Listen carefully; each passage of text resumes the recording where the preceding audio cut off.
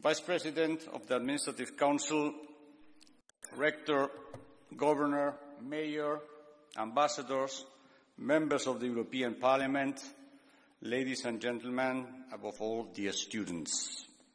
It is my great honor to welcome you this evening in Bruges to share with you this opening ceremony of the 2013-2014 college year, an event in which we welcome Voltaire promotion, named after the patron whose persona, life and significance the rector has masterfully highlighted. And in praising Rector Monard, let me take this opportunity to express my very warm appreciation of his predecessor, Professor Paul Desmarais, who for over a decade enlightened us concerning the patrons of each of the promotions of the college, and to whom I wish to extend these words of recognition, of gratitude and affection. As you know, at this ceremony, the address was scheduled to be given by the President of the European Parliament. But due to an unforeseen and unavoidable commitment, my good friend Martin Schulz is unable to be here today. In his absence, and making good use of the Latin adage, necessity makes law, I'm afraid you will have to bear with my modest contribution as President of this Administrative Council. And Mr. Saryusz-Wolski just mentioned to me before, what's the title of your speech? And I said, well, there is no title. Because when the rector and myself agreed on this stopgap solution, I asked myself, what shall I talk about? And then I recalled that this was the 64th promotion of the College of Europe. And to underline the importance of this occasion, it seemed to me appropriate to look back and remember a great believer in Europe, who was the promoter and one of the founders of the college. I refer to my compatriot, Salvador de Madariaga. Madariaga, born in 1886, the same year, by the way, as Robert Schuman, was a thinker who was profoundly committed to Europe, but not to any Europe, but to the one that emerged from the destruction of a terrible war and which set out on its present path with the Schuman Declaration in 1950. To a Europe based on Franco-German reconciliation to safeguard peace on our continent. To a Europe underpinned by a political system based on the principles of freedom, tolerance, pluralism, and respect for fundamental rights. To a Europe relying on the market economy as its source of growth, progress, and prosperity. To a Europe as a culture-defined unit whose identity arose from the confluence of two great traditions, the Socratic tradition, which demanded freedom of thought, and the Christian tradition, which demanded respect for human beings by reason of their humanity. Madariaga dreamed of such a Europe when in 1948, together with Winston Churchill and other politicians of the era, he piloted the Congress of the European Movement, which was held in The Hague, and constituted the first official act professing European ideals and ambitions after the Second World War.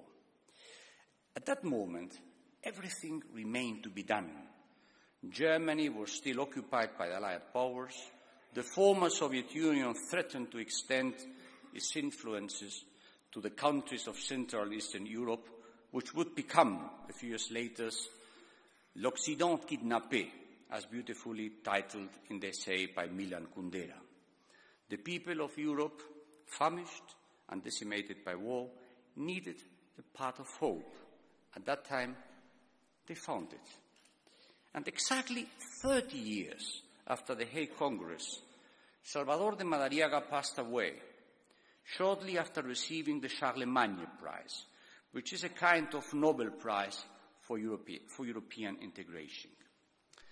During those 3 decades, there were many changes in our continent, but in the 35 years since his death, the course of our continent has not been in long fleuve tranquille.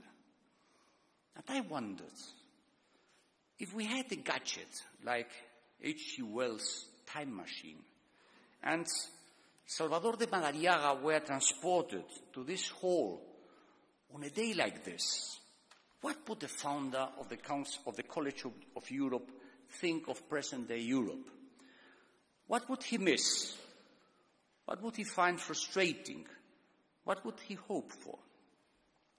In an attempt to answer these questions, and especially to share with you this fantasy, let me outline the personality of our guest. As I said, his commitment to Europe was probably the mainstay and focus of Madariaga's concern. But this portrait would be incomplete without mentioning his work as a novelist, as an essayist, and illustrious members of what was termed in my country the 1914 generation, together with other intellectuals such as Ortega y Gasset, Azaña, and the Dr. Marañón.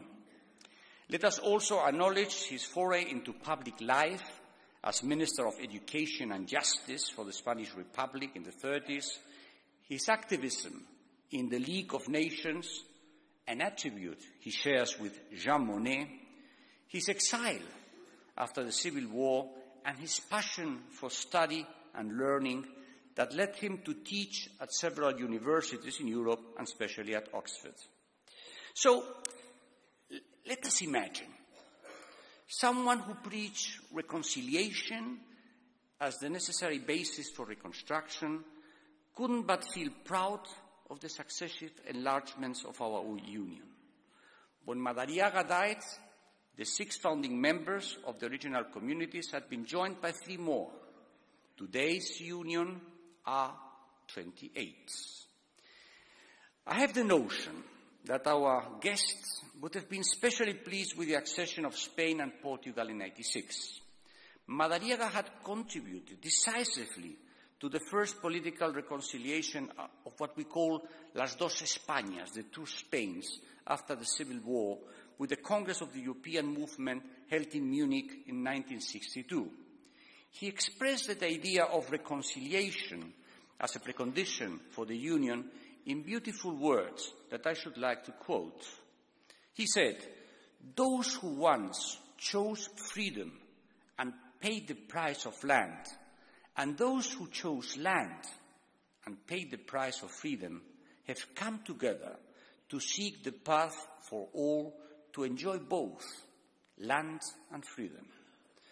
Thus, I have no doubt of Madariaga's yearning to see our country in the European Union as a man who was, at one and the same time, profoundly attached to his native Galicia, a fervently patriotic Spaniard, and a deeply committed European.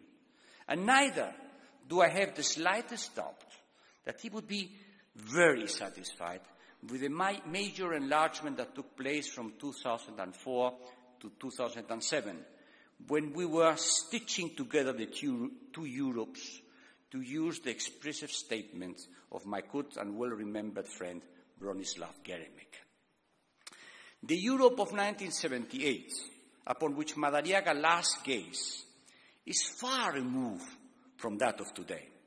Not only have we witnessed the numerical revolution of which Alain Lamassoure spoke, but the nature of communities themselves has changed. In Madariaga's time, there was a great deal of customs union, much activity regarding external tariffs, and some movement towards a common market, but very little policy as such. In those days, when the governments of the then 9 member states debated an issue of foreign or security policy, they took the precaution of changing the meeting room in order to highlight the non-existence of EU competence in those areas. Let us also recall that in 1984, the European Union of 10, Greece had just joined, was unable to reach an agreement on a statement condemning the Soviet Union when 2 MiG fighters shot down a South Korean passenger airline, killing over 300 people. Today's Europe is quite different. I believe Madariaga would welcome the abolition of physical borders between our countries as a result of the Schengen agreements and the enormous progress made in the field of judicial cooperation in criminal matters and police cooperation, together with the creation of Europol and Eurojust. In 1948, Madariaga wrote in an article the following: "Today, 1948, no single European nation can subsist by its own strength alone. Our union represents the only alternative to economic collapse on the one hand and the danger of military or revolutionary aggression on the other." He shared this view with another great European visionary of those early days, the Belgian Paul-Henri Spaak, who said that post-war Europe did not have large and small states, but only small ones. The difference was merely that some, the so-called big states, had yet to realize this. This vision is even more accurate. In a growing multipolar world and with the rise of emerging powers, Europe has to grasp this opportunity to enjoy more influence in the world and vindicate its values and interests. And consequently, I believe Madariaga would have supported the constitution of a European External Action Service led by a high representative comparable to a foreign minister for the European Union. And incidentally, foreign minister was the title used in the text of the convention which prepared the draft constitutional treaty. Jacek mentioned it before. But afterwards, some member states came along to trim it back. But it is a minister. Madariaga was also a liberal, and as such participated with Karl Popper, with Milton Friedman, with Friedrich von Hayek, at the meeting in 1947 in Mont Pelerin, which for many was the founding act of the international liberal project. And therefore, I believe that he would have approved of the Single Act and its aim to finally bring about the common internal market, the backbone of integration and the driving force of economic growth and competitiveness. As a committed European and supporter of greater integration, Madariaga would have endorsed the creation of the euro as a common currency for Europe and a key element of political integration.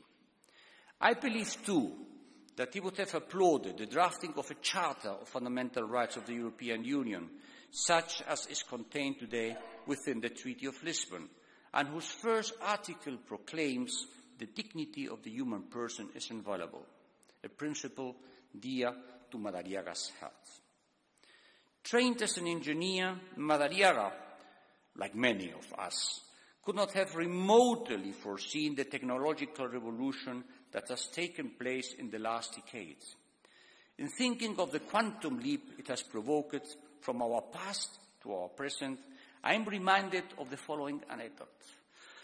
When the French Foreign Minister Robert Schuman, supported behind the scenes by Jean Monnet, launched what would become the Declaration of the 9th of May, the first cornerstone of the treaty establishing the European Coal and Steel Community, he decided to send the text before being approved by the French Council of Ministers to Konrad Adenauer, who was waiting for it in Bonn.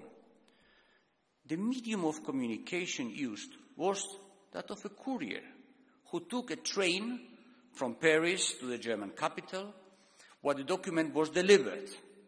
Then the courier waited for the Chancellor's reply and then brought it back to France. And then it was approved by the French Committee of Ministers. Could you imagine this happening today? What would happen if this situation occurred today? Well, surely that Mr. Schuman of today would send an email or an SMS to Konrad Adenauer, send him the text, and wait for a reply. Beyond a doubt, the technological revolution would have been a very useful instrument for transmitting Madariaga's European message. That is, his belief in a European culture as a channel and a means of integration. In his book, An Outline for Europe, published in 1951, he defended the thesis of a European cultural theme with national variation. The idea was a forerunner for the motto Unibus in Pluribus, which was adopted, by the way, in the draft constitutional treaty. In his book, Madariaga set out his thesis of the prototypes of the European spirit represented by Don Quixote, Hamlet, Faust, and Don Juan.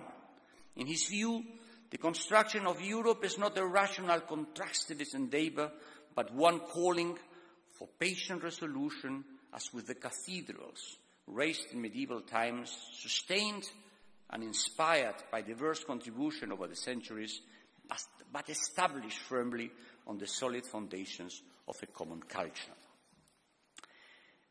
Our perception of Europeanness as a particular culture is best perceived when we travel outside the continent. I remember that in the 90s, a good friend of mine from Britain married an American girl from Omaha, Nebraska. 19 Europeans of various nationalities were invited to the wedding, which speaks volumes for my friend's relational talents, by the way. I well remember the cultural divide between us and the American guests during those days in Omaha. The Europeans who hadn't met before, we all reacted in a very similar way to the comments, jokes, and attitudes of the Americans.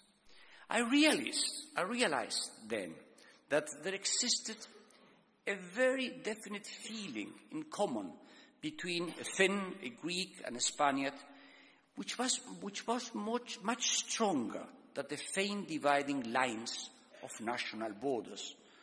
So when years later I heard Milan Kundera saying that he felt particularly European when he was in the United States, I understood straight away what he meant. As you remember, Jean Monnet inspired and encouraged the joint production of coal and steel by France and Germany in order to ward off nationalist temptation.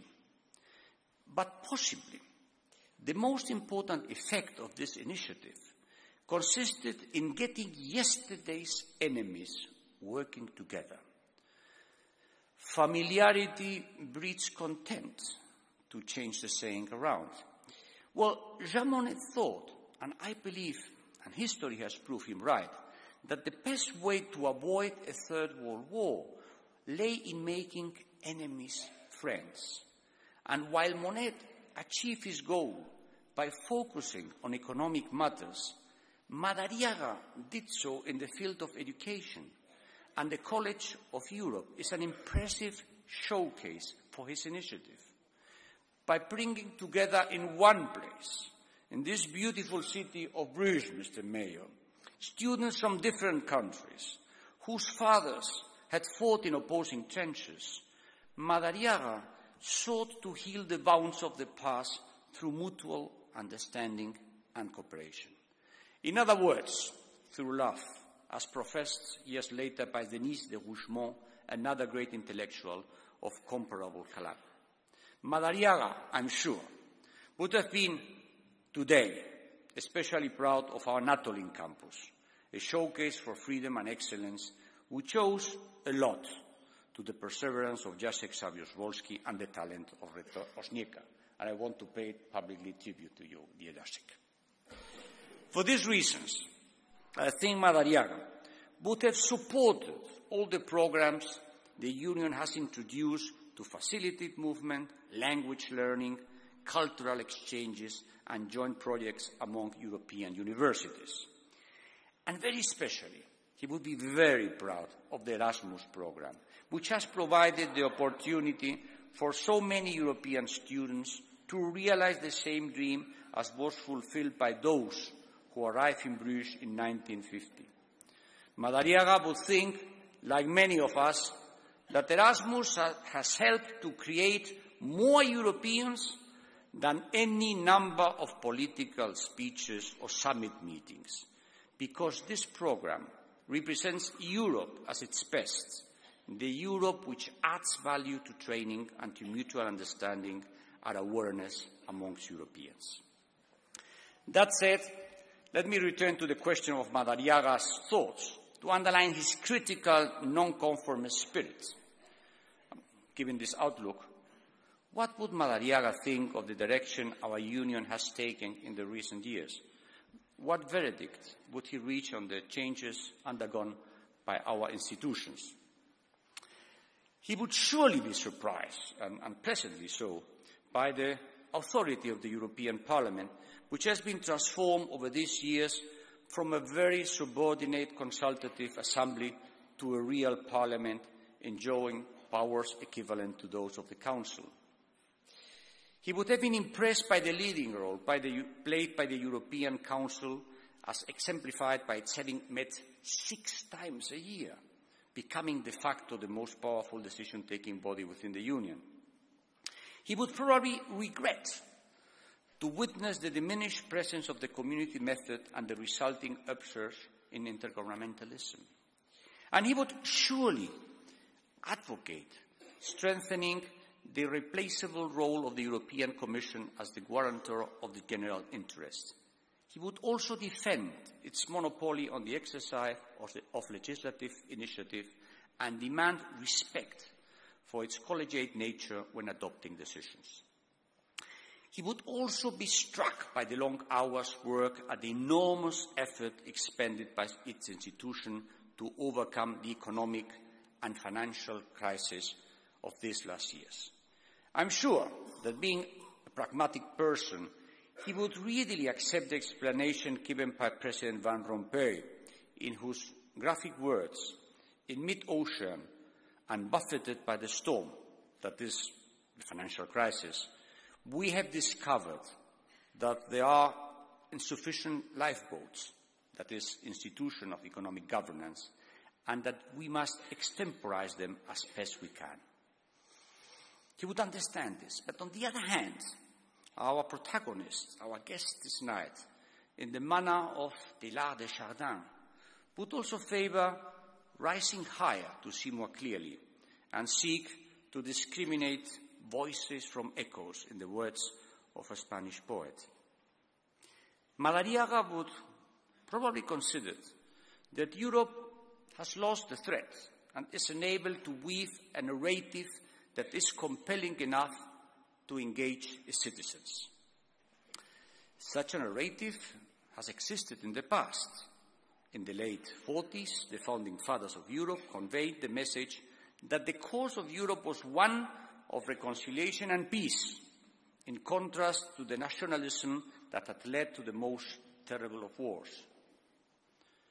But who in Europe views today France and Germany as bitter enemies? Well, I can only think on one such case, the rivalry of their national teams on the football pitch. And honestly, that is no cause for great concern. During the 60s and the 70s, Europe represented the democratic, prosperous option to the totalitarianism on the other side of the Iron Curtain. After the fall of the Berlin Wall, the goal of achieving the single market and the euro became the benchmark of Europeanism.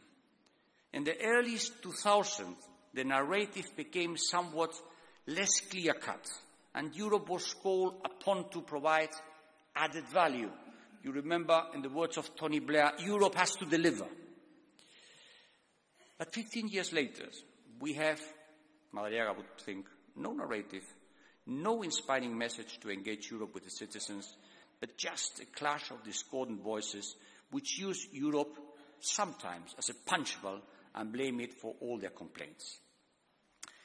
I believe that Salvador de Madariaga would be an ally in the creation of a new European message. This new narrative would spotlight the achievement made during the past 6 decades in our continent in terms of freedom, justice, progress, and respect for fundamental rights. This new narrative would be inspired by the principles of responsibility and cohesion, of mutual trust and solidarity. All these values and principles go to make up what might be called the European way of life. And it is very important that when we set out to draft new rules of global governance, whether in economic, and financial terms or concerning trade, industry or the environment, we should be able to bring to the fore those principles and values that constitute what we are and how we live, and which have helped strengthen our democracy and which have achieved progress and well-being for our peoples. Sometimes we need somebody coming from other country to tell us. And let me just mention that Brazil's ex-president Lula said quite rightly, in the darkest moments of the financial crisis, that the European Union could not disappear, he said, I quote, because it belongs to the democratic heritage of mankind. So every narrative seeks to combine conviction and passion, as reason and sentiment are two powerful mobilizing forces. But a university professor like Madariaga would not be content with mere theorizing, but would rather make use of narrative as a lever to develop a message about Europe. On occasion, I have asserted that Europe is like the air we breathe. It is there, it is necessary for our existence, but how many of you get up every morning and really think about it, about the air, about its purity, about how much air we need?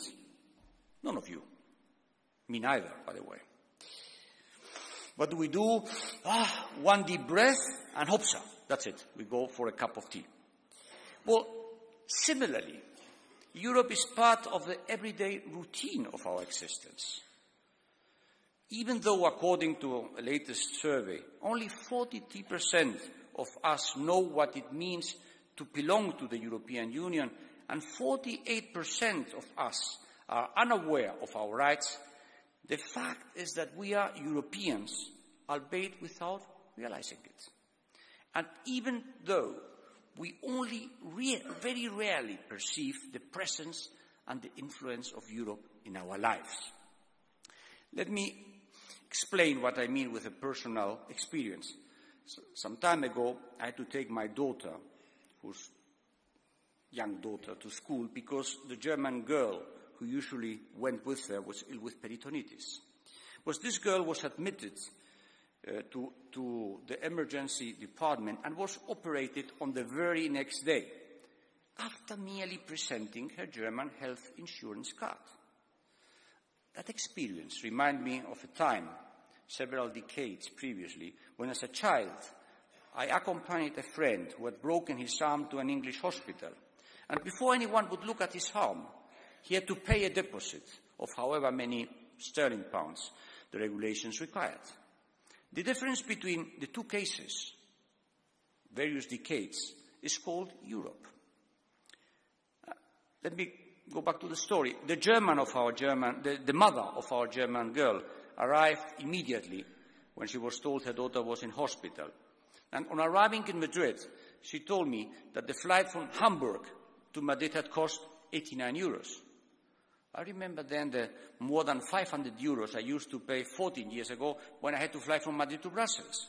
So the difference between one airfare and the other is not mere chance.